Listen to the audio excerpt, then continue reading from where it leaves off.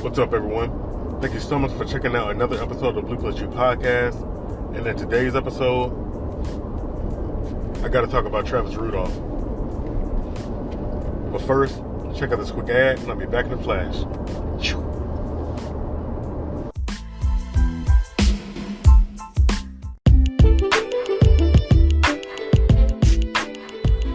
Are you looking for an online store with unconventional options? Well, look no further than Thread Market Z. Thread Market Z is an online merch store delivering a little of everything, from tees to party shades to bumper stickers and even hats like the Clementine D trucker hat for cosplayers. Use the link in the description to browse the merch, which also supports this podcast, and I thank you in advance for your support. Now back to the show.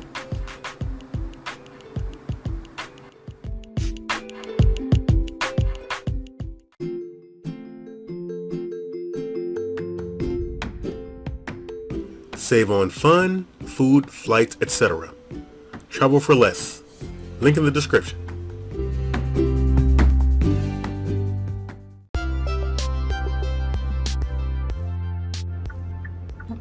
Shout out to Pink Book Lessons.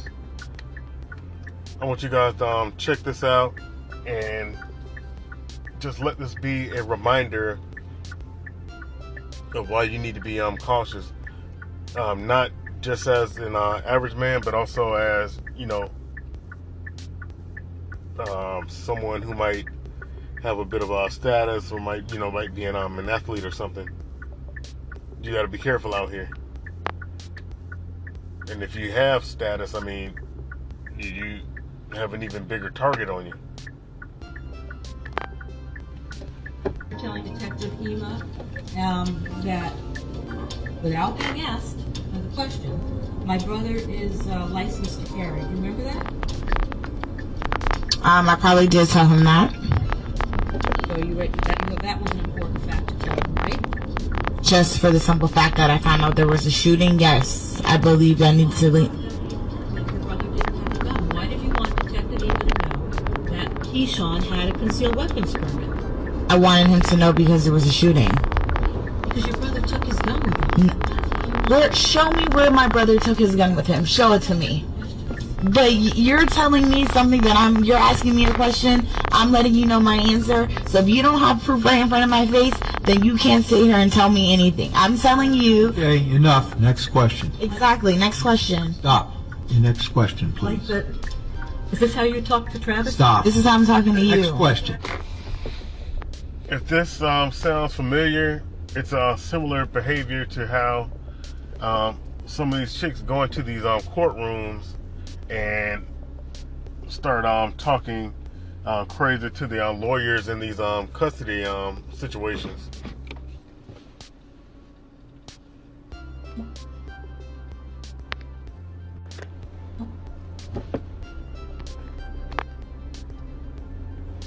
Didn't you also tell? You're not just trying to distance yourself, right? Distance myself from what? Well, She's totally trying to distance herself. to know that you were communicating with them because you didn't want to get in trouble. Get in trouble for what? She's trying to act oblivious to the fact that she actually called, tried to put a hit out on this guy. That's what she's trying to play oblivious, about.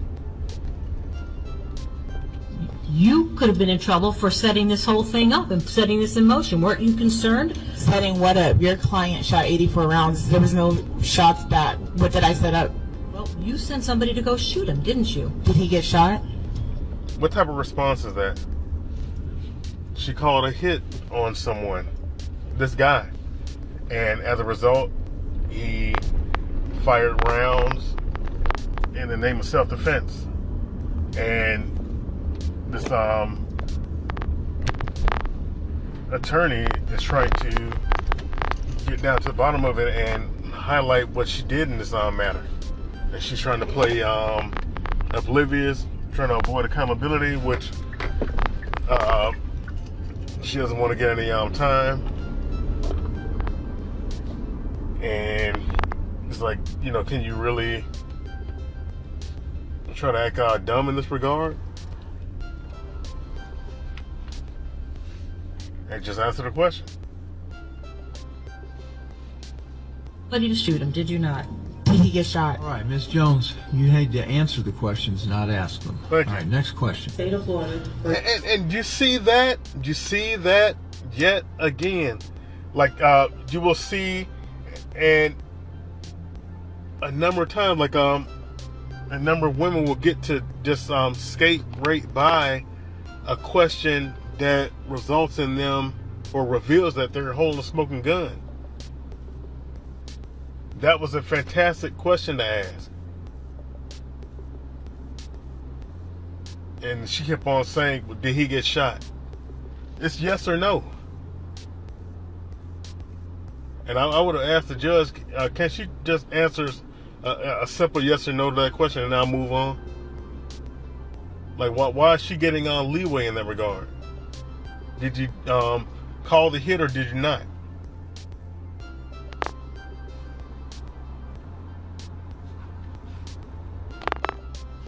Shoot him, did you not? Did he get shot? All right, Ms. Jones, you need to answer the questions, not ask them. All right, next question. State of Florida versus Travis Rudolph. Defendant. Verdict. We, the jury, find as follows. As to count 1, we find the defendant not guilty. As to count 2, we find the defendant not guilty. As to count 3, we find the defendant Don't go through it. not guilty. As to count 4, we find the defendant not guilty. So say we all, the 7th day of June, 2023, in West Palm Beach, County, Florida. It was obvious that Travis was innocent, but officially the jury found him innocent on all 4 counts. As he should. Like, the guy did nothing wrong except try to defend himself.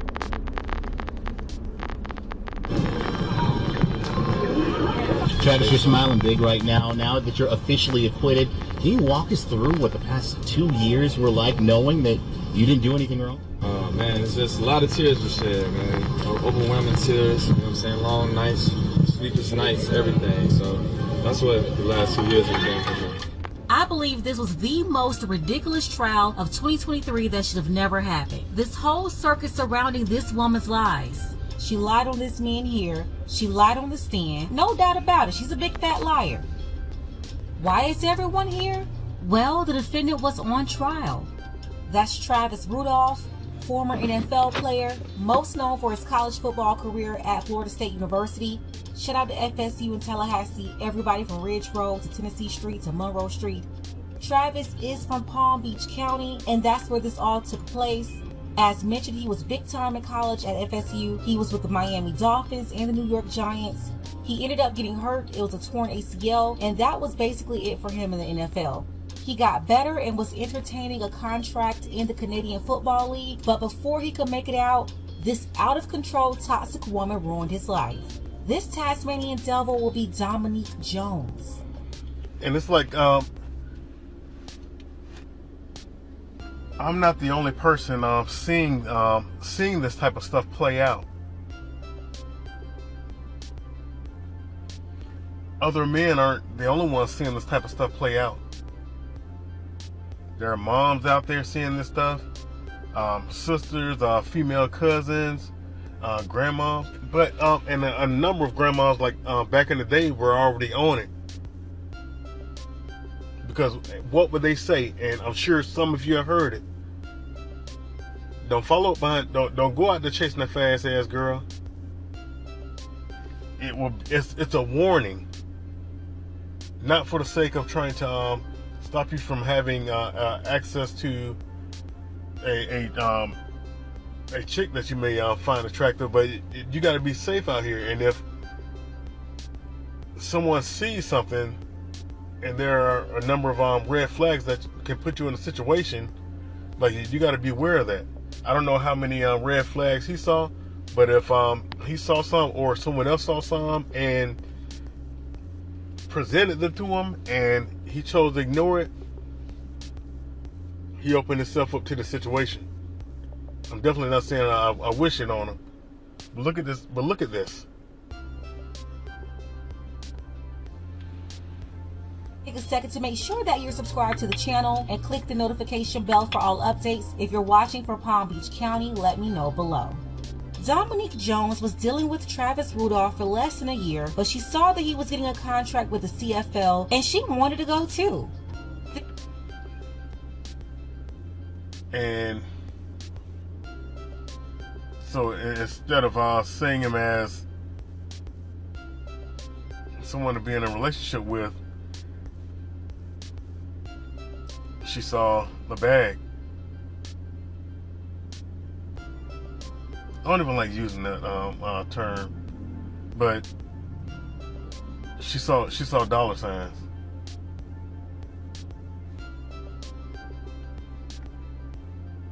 Going downhill on Valentine's Day 2021 because Dominique believed that he only did the bare minimum for her. They weren't seeing each other for a month and a half because Dominique had a BBL and was at her family's house recovering. At the same time, Travis was in Miami working out and training to get back right after his injury. So she went to go get a BBL to try to hook this guy based on looks. At least that's what I'm assuming.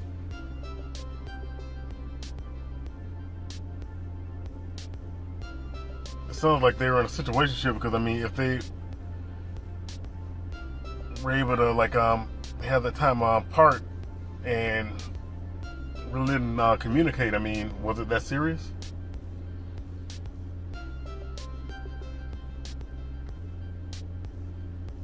Contact between the two of them, Dominique definitely wanted Travis to take her more seriously.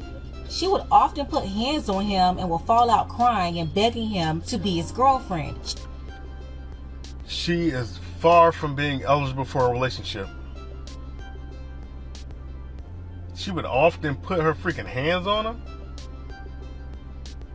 There's no relationship to be had. There's no interaction to be had. None. No communication to be had. Except for get the hell away from me and just don't call me anymore. I don't deal with people that like to hit and be violent. Go get the necessary help you need and know that it's not cool to go around putting your hands on somebody. If I put my hands on you, like you would want to call the cops or something, like that's not cool. And what would that translate? Like let's say she wouldn't want to hear that or something, and like don't, whatever you do with these types of unstable individuals, it can be a man or a woman, don't tell them while you're face to face with them that you can't do this anymore.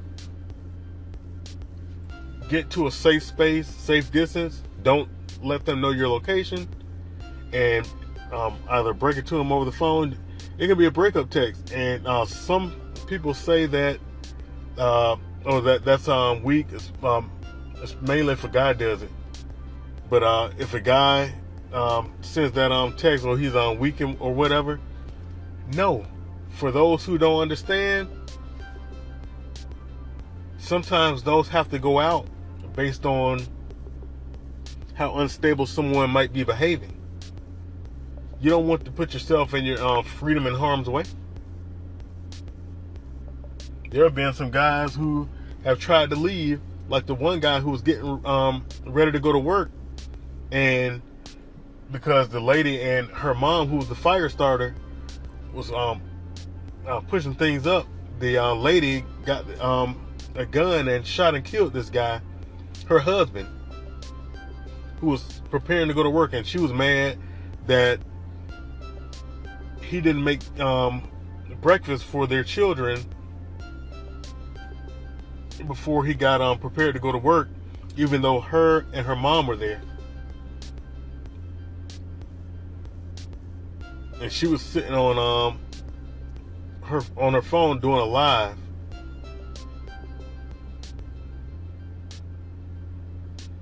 And the kids ran out of the room, seeing their dad fighting for his life, which ultimately he ended up dying.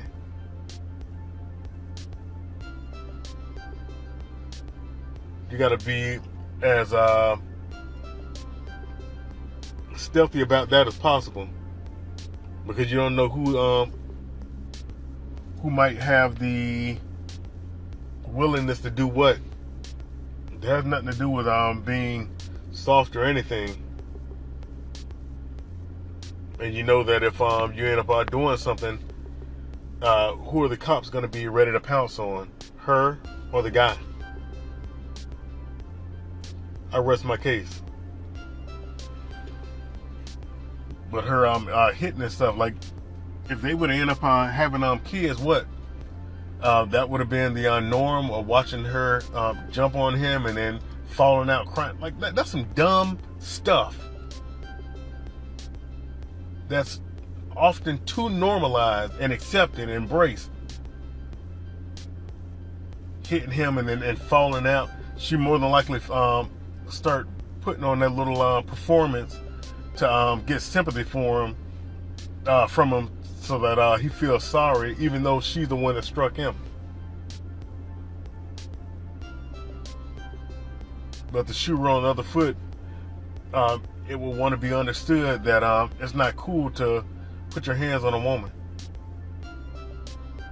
Wrong is wrong. Keep your hands to yourself. I believe it's